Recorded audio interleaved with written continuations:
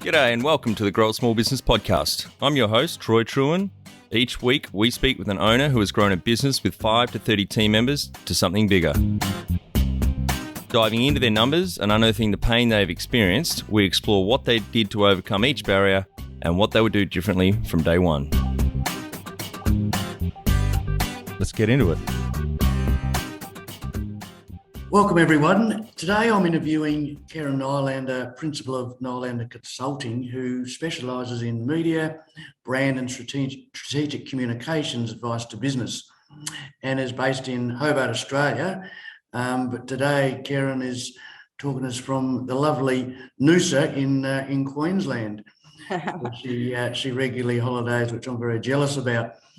And today we're going to be discussing public relations and strategic communication and the importance of this in running your business. So thanks for your time, Keryn. That's my pleasure, Michael. So to kick off, tell our audience, how do we know each other? I was racking my brain. We've known each other forever. I thought it was 20 years. You thought it was 20 years. It's probably more like, 35. But I think it was just post-uni days in Hobart, just kicking around in similar group. I think we first met, and then off and on over the years we've crossed paths in various capacities. So yeah, we've known each other a long time. Yeah, it's funny when you reflect, and Hobart and Tassie is a small place, so we tend to run into each other regularly. And recently the Grow a Small Business meetup, where I had the great opportunity to talk to Scott Roth, the Jack Jumpers coach, of which you're chair of the board. So it's another connection there, eh? It is. Thank you. It's been, it's a great ride we're on at the moment. It's been great fun. Absolutely. Great for our state. Now tell our audience a bit about you and your experience on this topic. So I started out as a journalist, my working life as a journalist post-uni, and covered politics, and ended up in television and was state political reporter for Tassie, for the Win TV network, rising to be the head of news. Did that until turn of the century. So 20 years ago, I decided for various reasons to move out of the media after really loving my time in TV land, but time for a change, and moved into public relations. So with a consultancy initially, and then out on my own for the last 14, 15 years. So that's sort of been my path. Understanding how the media works is really integral to being a good public relations practitioner. You don't have, it's another string to the bow. Media is a key part of public relations, a tool to be used in public relations. So it helps to have that experience. Not essential, but it does help. Yeah, absolutely. And in that change, in effect, you've been running your own small business, right? Exactly. And I sort of did that before. Obviously in COVID, people are now changing the way they work. I did that 15 years ago so I could be around my children as they grew up and became teenagers, and have that flexibility to pick and choose the sort of work and clients. So yes, I've been involved with small clients up to big end of town, if you like, helping them with their PR and their communications. Yeah, great. Now, so what is public relations and how vital is it to a business? Well, it surprises me how little people really understand public relations, and yet I would say it's the most important. In the simplest terms, there are three key areas that you can help, or three sort of areas, yes, that you can use to promote your business. There's advertising, marketing, public relations. Advertising, think Harvey Norman, can't miss them. Marketing, maybe think Macca's, Hungry Jack's, 2 for 1 offer, upsize, all of that. That's marketing, putting together the package to entice you.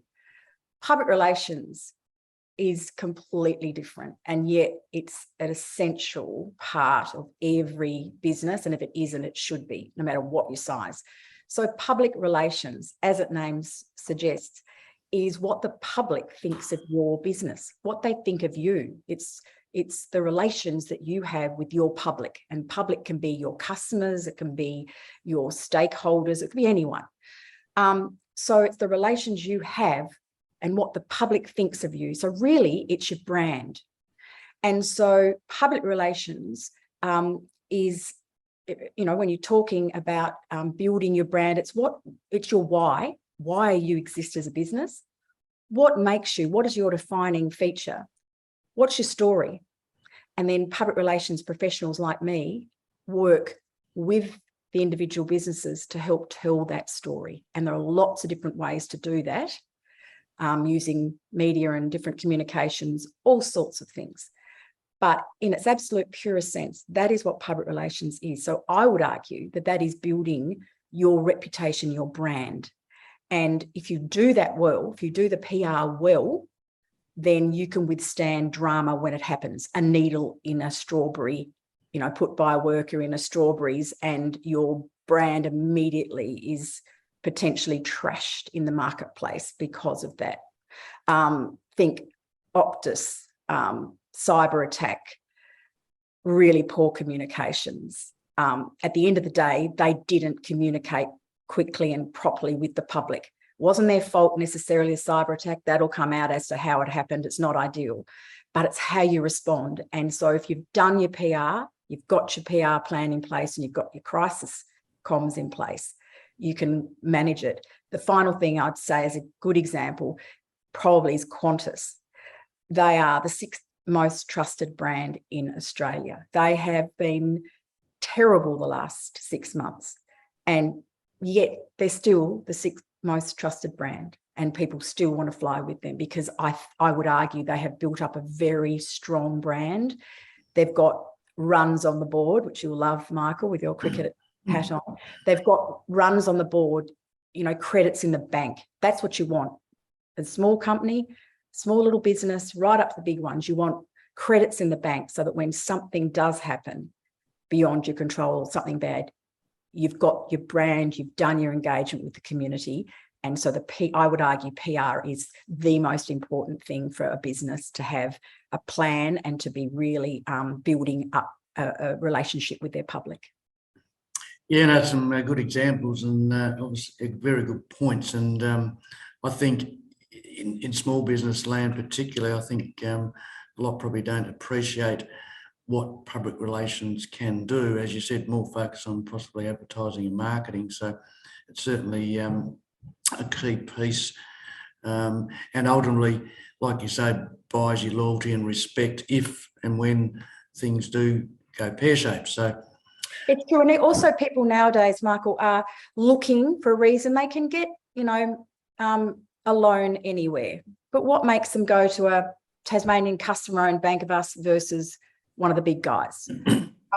What makes you still go to your local butcher versus grabbing something off the Woolworths shelf? You have to give people a reason. You can't just sit back there and expect that people are just going to come. You've got to really put in the hard yards. And in my experience, as soon as it gets tough, certainly in small business, as soon as the money gets tough, times get tough, first thing they do is pull any PR budget, anything to do with communications. It tends to be the first thing that's pulled. I would argue it should be the last thing to be pulled. And in fact, there's strong evidence to say you actually should be spending more when it's tough and when chips are down. And I know that is hard, but certainly in small business, there are opportunities to seize. And I think it comes down to between advertising and public relations. I think, and I know that I'm biased, but I think public relations with a good plan and a good story to tell and good product. And through COVID, the companies that have got out and been really on the front foot and engaging with the public and trying to, get the benefit of that lockdown have done really well. I think it's been a classic example through COVID of some businesses that absolutely have flown and taken off in this environment. I think because they have seen an opportunity and they've gone in there and marketed it and done the PR and done well. Yeah, excuse me, it's like being very proactive in that context. And I think as a general rule, as I say, if, in times of challenging economic situations, many businesses tend to cut these sort of costs. But as you say, there's enough evidence to suggest it should be the other way, and come out of it the other end in a lot more stronger position. I guess public relations is fundamentally about communications. So have you got any sort of tips for our listeners out there that they could introduce into their business?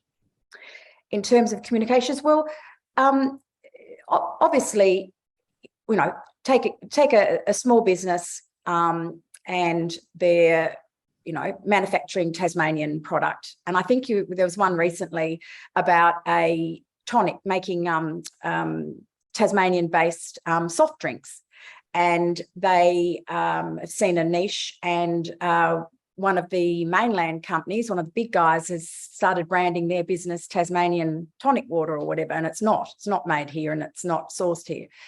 So I saw the Tassie ones. They've jumped into action. They've gone to see the Premier. They've got some media coverage. They've got their website up and running. They're really jumping on to this and trying to generate that Tasmanianness. And that doesn't matter wherever, everyone, wherever they're producing their product can use that. So some tips really are that it is all about communications, and there are different ways to do it. Whether you're a little boutique in Glenorchy or Sandy Bay, or you're a producer of seafood or whatever, you obviously need to have some sort of social media presence nowadays. You cannot not do that. It's a changed environment now, so you've got to have social media, some form, and website, and the ability to source online or communicate online. They're sort of basic tips, and some people get a bit scared with that, but there are plenty of options and opportunities now out there to get help on how to make that happen. So if you don't have that, you need to. You also need to have good data collection, and even if you're a really little company, your customers, you should be collecting that information. I know there's sensitivities around privacy, but certainly just being able to know who your customers are and being able to communicate with them and to engage with them and offer them things. Tell them about new product. I know Deb Noy's got her gorgeous grey and felt in Sandy Bay. She shoots out when they've got a new line of product in. So you go, oh, right, okay, I better pop in and have a look at that, or I might be able to order that online. So you have to engage, and there are many ways to do it, and it's all about communications. And that means also when the chips are down. So if something goes wrong, you can equally communicate. And it's okay to acknowledge when you mess up and something's wrong. People will forgive you. They won't forgive you if you don't communicate. Find it hard to define a clear strategy, then communicate it and execute it alongside the rest of your team? Or you currently don't work a simple quarterly strategic plan to boost your team's performance? Our Business Growth Formula online course is perfect for small business owners with 5 to 30 team members wanting to grow. We share the mindsets, habits and tools to be a legendary leader in your business. growsmallbusiness.com. Yeah, no, that's some great tips there. So a growing space is social license. And in the context of public relations, have you got any sort of thoughts on that? It's really interesting. Social license, those two words did not really exist, and probably until 10 years ago. I've been really thinking about that in light of our conversation coming today, and thinking that really social license means your ability to operate with sort of majority community support. Really, that's what it means. But that's really the essence of public relations, as what I was explaining before. But social license has become the really big buzzword. And if you take, it's controversial, but, Tasmanian salmon. Tasmanian salmon, up until recently, had a fantastic reputation, great PR. Everyone loved the Tasmanian salmon story. And then now, because they've expanded and gone into more sensitive areas, I guess, and now obviously it's takeover by other companies, be foreign-owned companies, there's this, a real discussion about what I would say is social license. It doesn't matter how many lawyers you have arguing your case for you, doesn't matter how good your environmental credentials are. Your social license is people's reputation of you. And so it doesn't matter. The facts are irrelevant. It's all about perception. And that's what social license, it's so powerful because it can make or break you. So you do have to be authentic in what doesn't matter what size business you are, little businesses too. Don't promise to be something you're not. Stick to your knitting, know what you're good at, and make sure you communicate and you're authentic. You don't tell fibs. And I'm not saying that bigger industries have. I'm just saying social license is a really powerful tool, and you want to have it. You want to have that, and you want to have people say they're a fantastic business. I'm supporting them because of what they do and how they do it. So in its rawest sense, it's been a really interesting, it's very interesting watching that, because if you don't get that right, doesn't matter how, once you're calling the lawyers in, it's too late. Yeah. And certainly, as you say, something we're very much conscious of in today's environment. Yes, absolutely. I was just thinking in the context of an example of a small business, and the Jack Jumpers basketball team that you're chair of is essentially a small business for all intensive purposes. So maybe just explain to our listeners some of the things you've done for that business with relation to public relations. Absolutely. Well, essentially, we started in COVID 2 years ago. The team was, we had Larry, our owner, Larry Kessman. He appointed our CEO, Simon Brookhouse, and our head of commercial, Christine Finnegan, both Melbourne-based. We had to get people with serious business and sport experience. They were critical decisions. That was before I was appointed chair. So things were cut for the horse because that's just the way it needed to make it happen quickly. So they were appointed, and Scott Roth was appointed. So they were the three critical appointments that were made by Larry, and then he appointed the board, of which we're more of an advisory board to provide the networks and governance. So that was a sequence that happened there. And so we launched without any players. We had Jack, our mascot, who rivaled I think he was more popular than the Premier. So, that was a fantastic. But so what I'm saying is the whole of the Jack Jumpers has been built on building the values and the culture first, and the players were appointed into that. So that was critically important to the success of what you're seeing now. And so I would argue that it's the public relations. We're building the values and the culture first and what we stand for, and then Scott recruited players into that. And it's how we run the entire business is based on those values and guiding principles. And so if you like, it's PR. So when things, and there'll be things that come up, and they have that, don't go to plan. What we're trying to build is what the Jack Jumpers stand for, and that will weather our view is, and we hope that it'll weather the storm and any negativity, because they know that we're doing our best and we're trying to be authentic for Tassie.